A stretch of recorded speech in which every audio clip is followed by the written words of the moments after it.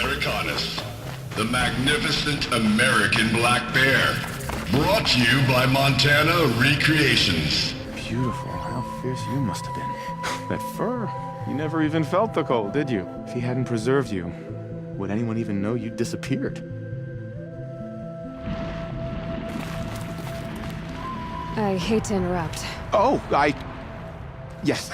Hello, Well, an outlander at the Shrine of Forgotten Beasts. Welcome. I'm Enjuk. Aloy. The Shrine of what? When the old world still breathed, a great man built a tiny totem to this beast and stored the visage inside. When the totem is placed on the pedestal, the animal is painted onto the empty air, and the beast lives again. Well, almost. There are 7 pedestals. Where are the other 6 figurines? I found this one in the wilds. Remembered the indentations in the pedestals here, and saw how they matched the base of the totem. But as you say, it's one of 7, isn't it? The great Montana Recreations must have made more, but time has scattered them. So these totems... the images they show are of animals. So it seems. To think such magnificent creatures are lost to us, that we never even knew they were here. We rely as much on beasts as we do on machines. For food, for warmth, but do we study them with the same fervor? Yeah, I do. For example, I have this theory about foxes. Why do foxes have red fur? Think about what they eat. Meat? Raw meat. Bloody meat. See? Natural causation. Logical connections. It only makes sense. You've thought a lot more about foxes than I have. You said a great man made these figurines? Indeed. He was, I believe, a student of the natural world. Like me. But surpassing my abilities 1,000 times over. The great Montana Recreations.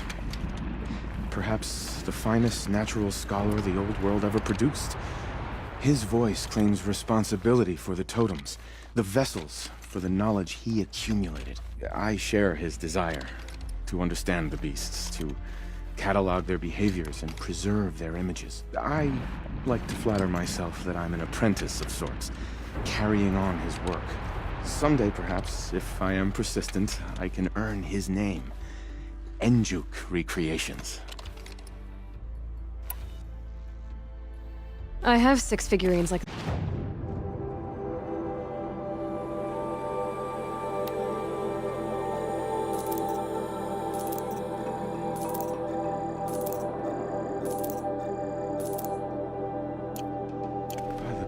Light. I didn't know if I'd ever see the whole collection reunited.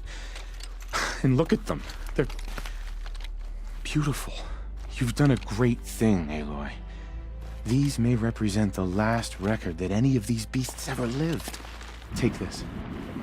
It's the least I can do. And come back anytime. I and our animal friends await your return.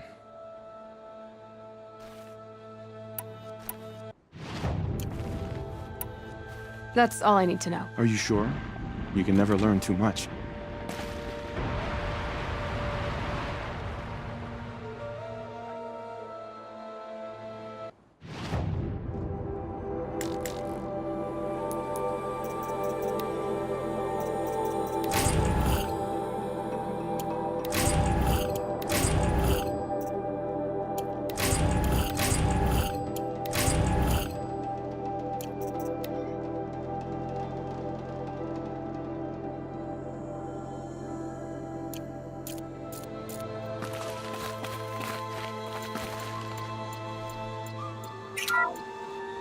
Ursus Americanus, the magnificent American black bear.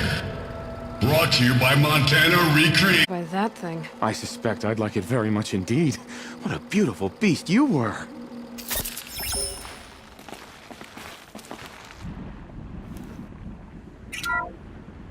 Puma concolor, the fearsome cougar. Brought to you by Montana Recreations. Its coat is sand-colored. Could it have been a burrowing animal? Perhaps those teeth were only used for digging.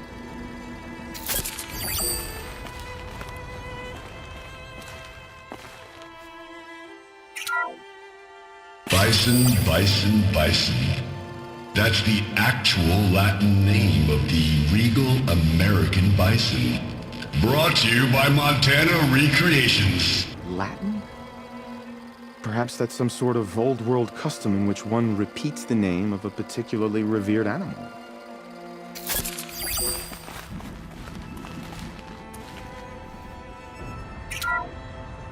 Ursus arctos, the menacing grizzly bear. Brought to you by Montana Recreations. Those claws look like they could rip someone in half. Perhaps in its youth, but you heard Montana Recreations. He said it's grizzled, old. Its hunting days are behind it.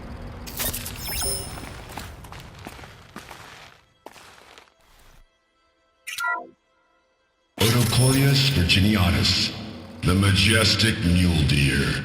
Brought to you by Montana Recreations. Not built like a predator, but perhaps it needed those horns to take down its prey in the absence of sharp fangs.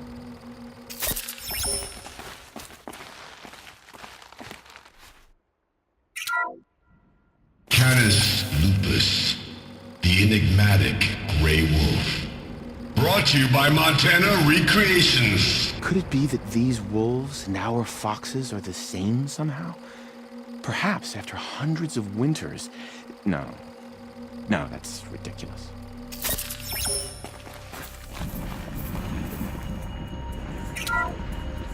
Alces alces, the noble moose.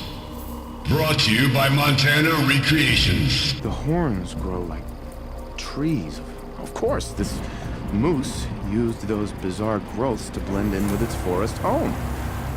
Huh.